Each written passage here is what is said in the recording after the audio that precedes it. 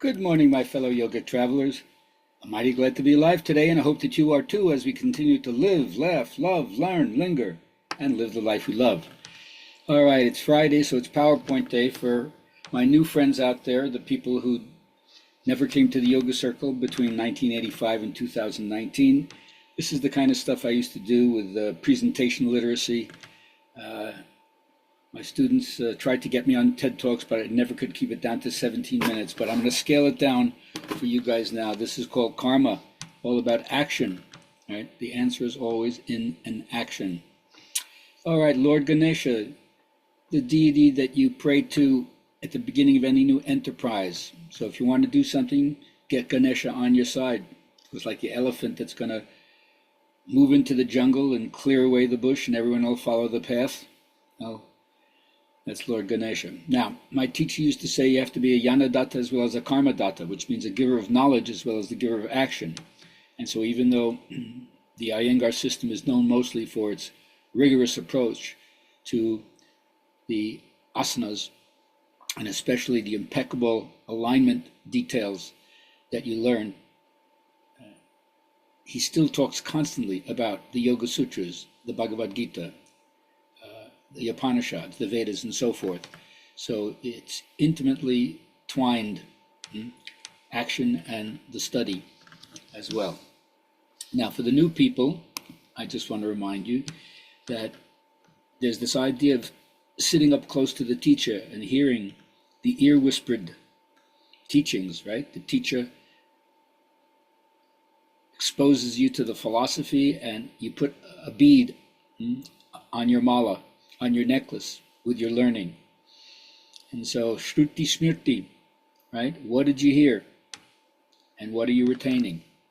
You hang on the words of the teacher as they give you the discourse, and then you take it away with you and you internalize it. You keep it with you. That's the remembrance, that's the Smriti. Now, I don't know whether or not enlightenment completely exists. I want to believe the romantic fantasies in the book, but I also like to think that enlightenment, or that word, and whatever experience it's pointing to, is like the pole star. We're only talking about north of the equator because you can't see Polaris south of the equator, but nonetheless, it's fixed point in the star, in the sky. Millions of navigators throughout history can attest to its practical and functional effectiveness as using it as a guide to get where you want. I'm here, that star's there, I triangulate, I know where I want to go. So it's not perfect north, but it magnetizes, like iron filings drawn to the magnet, all the disparate parts of your personality, and you could say it links them to what your ultimate goal is. Now, being in the presence of your teacher, something is conferred upon you in the rite of investiture when you're initiated, and it's called darshan. Sometimes it's called the constituent glance of being. It's as if just being viewed by the guru confers a sense of reality on you. That look that reminds you, yes, the same spirit that's beaming through me is in you.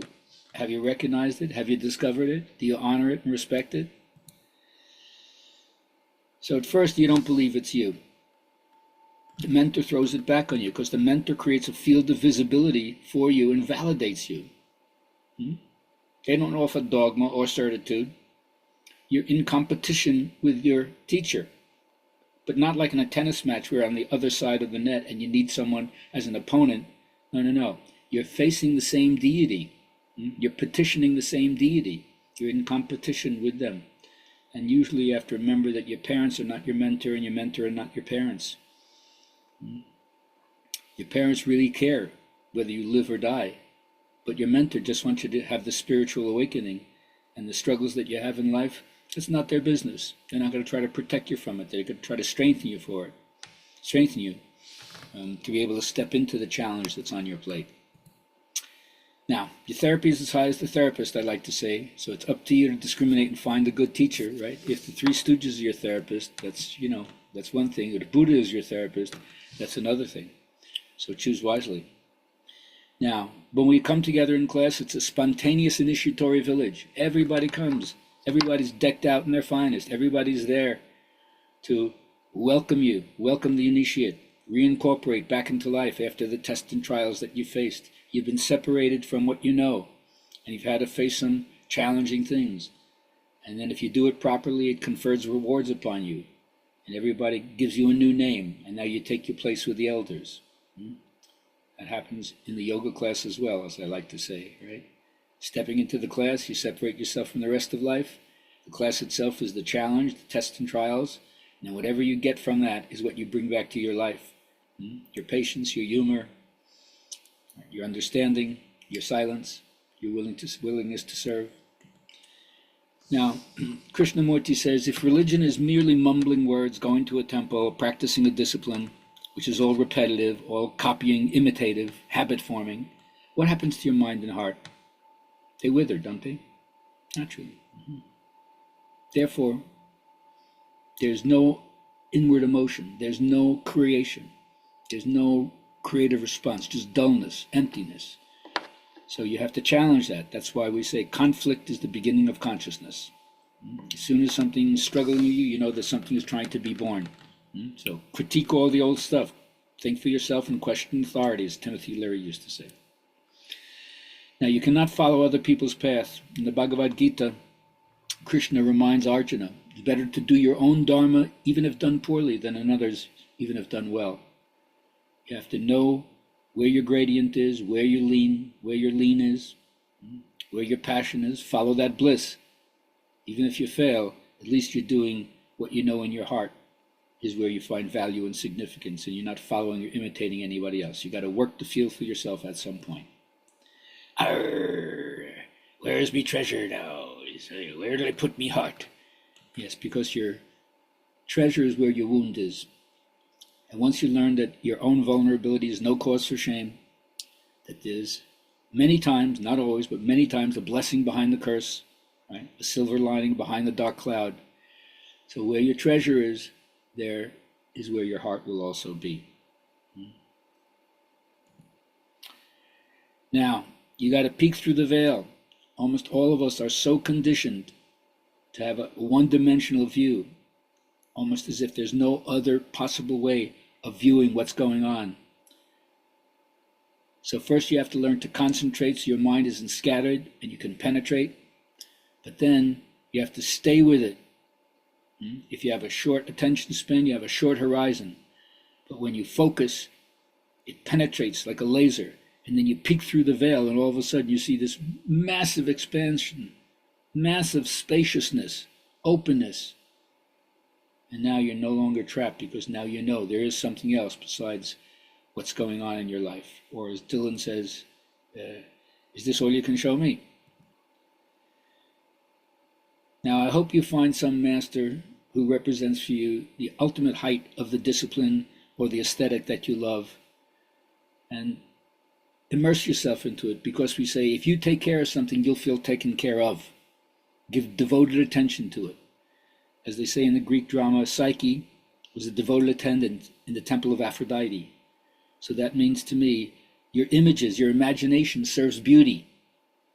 And to find a master who has a form that they keep going even when they're 70, 80, 90 years old, and they perfect it effortlessly, so you see how it's done when you're no longer cooking, but you're cooked.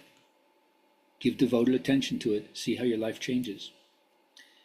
And then realize that when you've been on the journey so long that the goal seems further and further away, that you know that the journey is everything and the goal is nothing. So keep enjoying every single day. Make the most out of every chance occurrence that you have. Get the most out of the least. And then just bring it. Don't hold back. Leave it all on the floor, as they say. So when it's time for you to go, you're not going to look back with regret.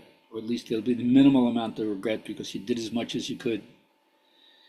As a reminder from my teacher, perfection is perfecting. It's a gerund. There is no end to it.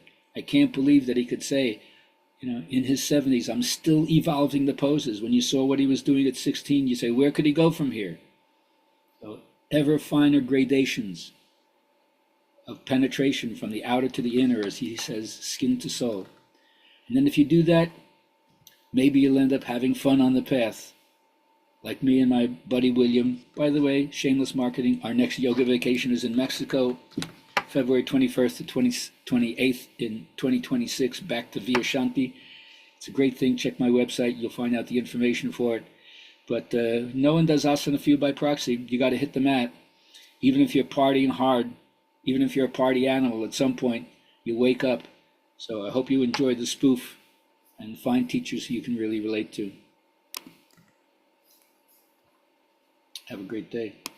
Keep your karma flowing positively.